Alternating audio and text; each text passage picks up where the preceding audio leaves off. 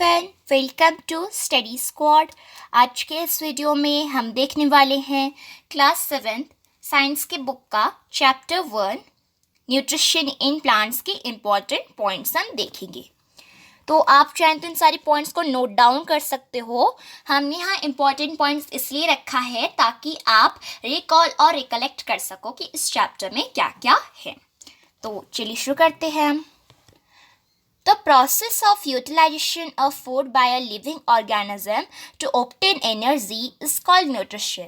यानी कि जब किसी लिविंग ऑर्गेनिज्म जब खाना लेता है, उसे यूटिलाइज करता है सरवाइव करने के लिए और एनर्जी पाने के लिए, उससे हम कहते हैं न्यूट्रिशन। ठीक है, उसकी बहुत अच्छी डेफिनेशन है।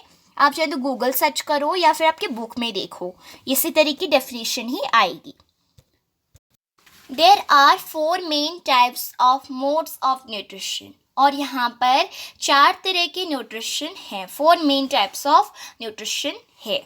फर्स्ट क्या है? ऑटोट्रॉफिक। ऑटोट्रॉफिक क्या होता है? जो न्यूट्रिशन, जो खाना खुद ऑर्गेनिज्म अपने लिए बनाता है, उससे हम कहते हैं ऑटोट्रॉफिक न्यूट्रिशन।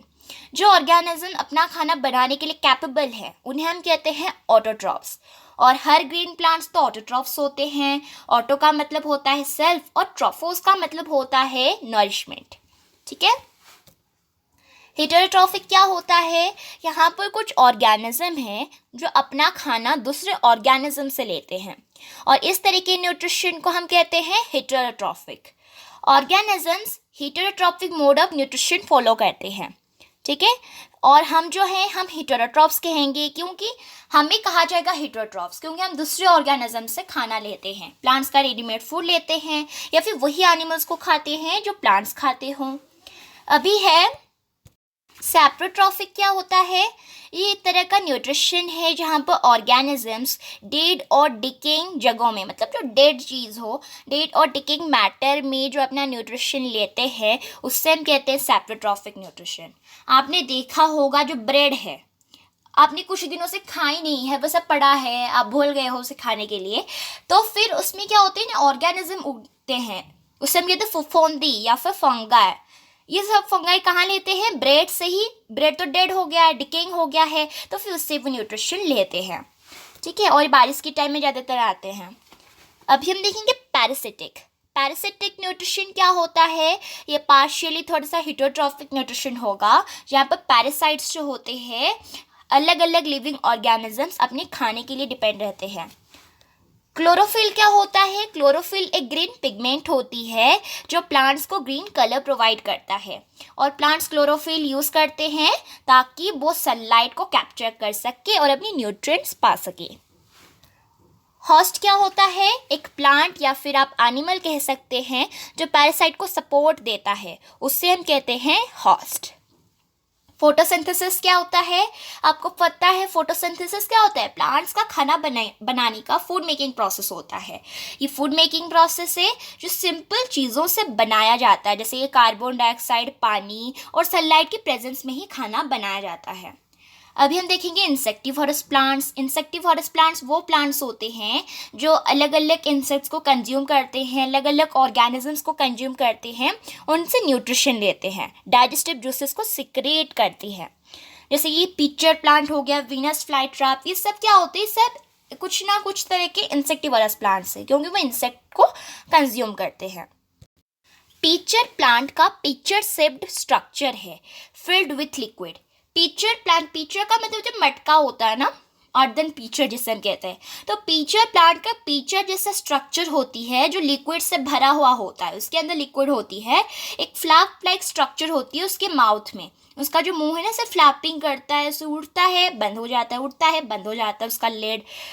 और जो ओपनिंग का जो एज होती है पिक्चर, वो थोड़ी सी स्लिपरी होती है। और जो इंसेक्ट होता है वो क्या करता है, उनके अंदर जो हेयर होती है ना, उन्हें बोलता है कि यहाँ पर कोई इंसेक्ट आ रहा है, तुम्हें उसे कंज्यूम करना चाहिए। तो उनमें इस टाइम पर जो इंसेक्ट को कंज्यूम करने के लिए पिक्चर प्लांट या फिर वीनस फ्लाईट्रैप को क्या करते हैं, उन्हें हेल्प करते हैं। ठीक है, और जब वो इंसेक्ट आता है वो क्या करता है, तो फिर वो अपनी लीड को खोलता है और जब इंसेक्ट आता है और उस पीचर में गिर जाता है तो फिर उसकी लीड धीरे धीरे बंद होने लगती है और ट्रैप हो जाती है, फंस जाती है। स्टोमेटा टाइनी ओपनिंग्स होते हैं या फिर पोर्स होते हैं, यानी कि होल्स होते हैं प्लांट टिश्यू में, जो गैस एक्सचेंज के लिए अलाउ करते हैं। स्टोमेटा टिपिकली हमें प्लांट लीव्स से मिलता है, पर आप कुछ स्टेम में भी आपको स्टोमेटा नजर आएगी।